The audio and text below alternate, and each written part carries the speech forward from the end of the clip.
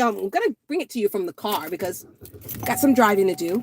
But basically, I wanted to give you ladies a source of encouragement because I really think it's a good time for you ladies to start getting out there.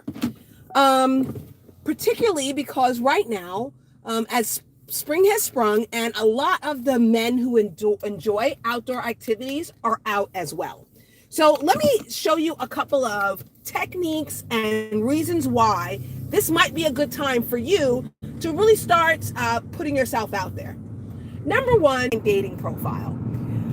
If there's a guy with a picture and you see that he's engaging in some sort of outdoor activity in that photo, you may just want to ask him about it. Tell him, how long has he been camping? What was his first camping trip? When did he start fishing? Who taught him how to do it? What is a piece of equipment that, even though it may have sparked some controversy or criticism, has been worth every penny? What are some of his favorite camping, hiking, fishing destinations? And if money was no object, where would be your fantasy camping, hiking, fishing trip, right? Those are all important ways to find out if, one, the guy has a good family structure and good family values. Like I said, a lot of times it's uncles, dads, big brothers, and grandpas that teach men a lot of the outdoor survival skills.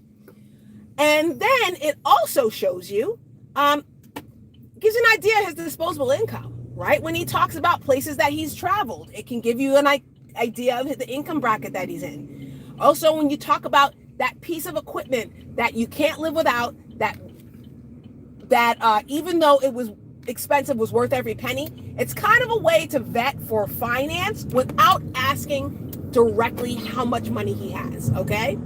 That's a big, huge mistake that I think a lot of us make. We're trying so hard to avoid broke dusties that sometimes we forget a little bit of the subtlety and nuance. So men with hobbies are always a great way to vet for men who have a higher degree of income. So, also, let's just say that you do ask a guy his favorite camping destinations or his fantasy camping, fishing, hiking destination. Let's say it doesn't work out, because there's a strong possibility it won't. At least you know where to find those type of men. Do you see what I'm saying? So sometimes some guys are great sources of information to find the next guy. I'm telling you, the first guy who introduced me to the sports bar scene, that's not the guy I ended up with.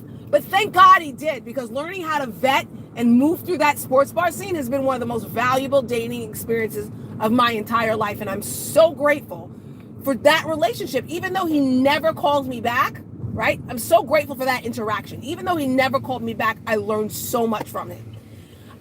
So again, I just really want to encourage you ladies to kind of get out there. So if you're planning your vacation, you're planning a beachside retreat, definitely make it a point to find out if there are any like fishing charters, marinas, or any kind of fishing piers that might be near that area, any kind of sporting goods and tackle shops that might be near that area. And if you're on vacation or at a beachside or lakeside vacation destination, please, ladies, please make it a point to wake up early, at least 1 or 2 days during that vacation, and be at the grocery store or any kind of general store that's near those trailheads or near where those fishing charters or fishing boats might take off, okay? A lot of times guys are picking up ice, they're picking up beer, they're picking up snacks, they're picking up things to make that camping trip, hiking trip all the more worth it. And it's worth it to be cute in the grocery store at that time when you know that those guys are up and ready to go. So make it a point to wake up early if you are near any of those destinations. And number 3, know the watering holes. If there's a place near any important trails, campgrounds, fishing destinations that, you know, maybe cater to that crowd, you definitely want to make it a point to be there and spend at least 1 or 2 days there. And typically those meetups tend to be early.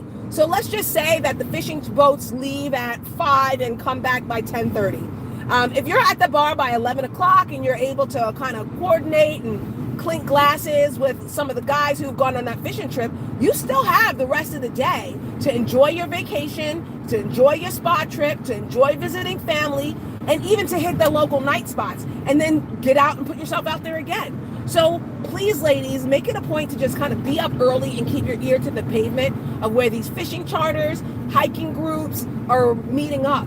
And the trailheads, make sure, and the watering holes that are going to service that population. You also, ladies, you want to make it a point that if you are going out that night, any night, and you have a date, you have a meetup, you're going to happy hour with some friends, if it's still early and it's a Friday and you know it's like a payday Friday, like the first Friday of the month or the third Friday of the month that typically paydays fall on, okay, you may want to be make it a point to be cute and in Bass Pro Shop, Cabela's, Dick's Sporting Goods, and certain Academy Sports and Outdoors.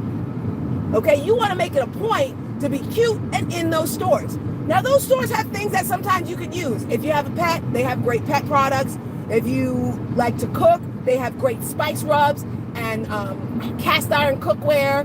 You know, especially Bass Pro Shop. That has a great selection of cookware, candy, even kitchen housewares, pet things for your pets. So you have an excuse to be there, right? So, but even so, make it a point to be there on a payday Friday, walking around looking cute. Make it a point to be there. And also make it a point to initiate some conversation about the equipment that they're buying. Let me tell you something. The Bass Pro Shop in my area, it is a haven for boaters, for men who own boats. So all the guys who are about to head out to the lake, either heading north or heading east out towards the lake, usually have to stop there for things like rope, coolers, fishing lures. They always are having to be in Bass Pro Shop. So ladies, make it a point to go visit these places. So if you're going out for happy hour Friday night and there's a Bass Pro Shop or Cabela's along the way, please make it a point to visit.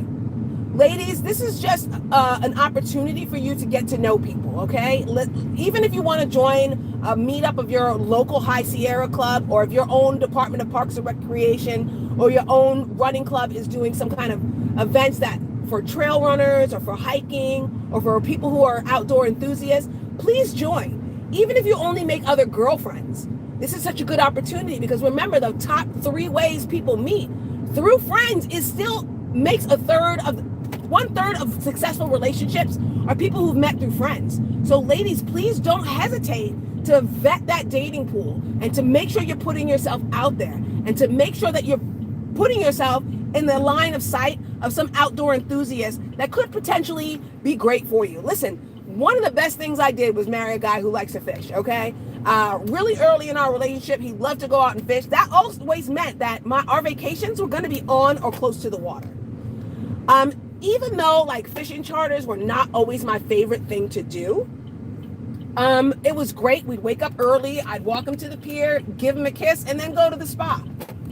You know, and then when the boat came back, I was there, all massaged, had my sugar scrub, had my facial, and we were able to spend the rest of the evening together. So it was still a really good opportunity. Also, too, when you marry a guy who likes to fish, hunt, hike, if you end up together, a lot of times they like to take the kids to do that thing too.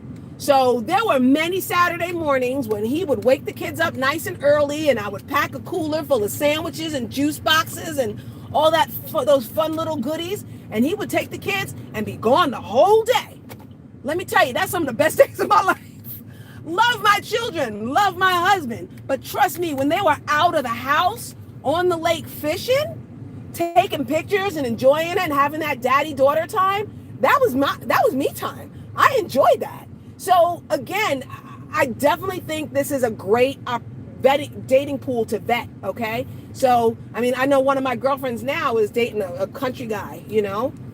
He's a Caucasian male, you know, firefighter, rancher, and he likes to do that stuff. And, you know, he was talking about he wanted to take her son, she's a single mom, to do some man training.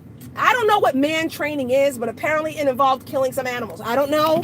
But she was like, I don't know. I was like, girl, pack this little boy a lunch and let him go. And then have the day to yourself. Sleep in, get your nails done, catch up on the shows you want to watch. Enjoy your time alone. And that's what I'm trying to say, ladies. Like, definitely vet this dating pool. This is the time of year to do it. You're going to have a great time. You're going to learn new things. You're going to get healthier. It's a great way to just get in touch with nature and your own feminine energy, to I don't suggest going hiking with some stranger you don't know.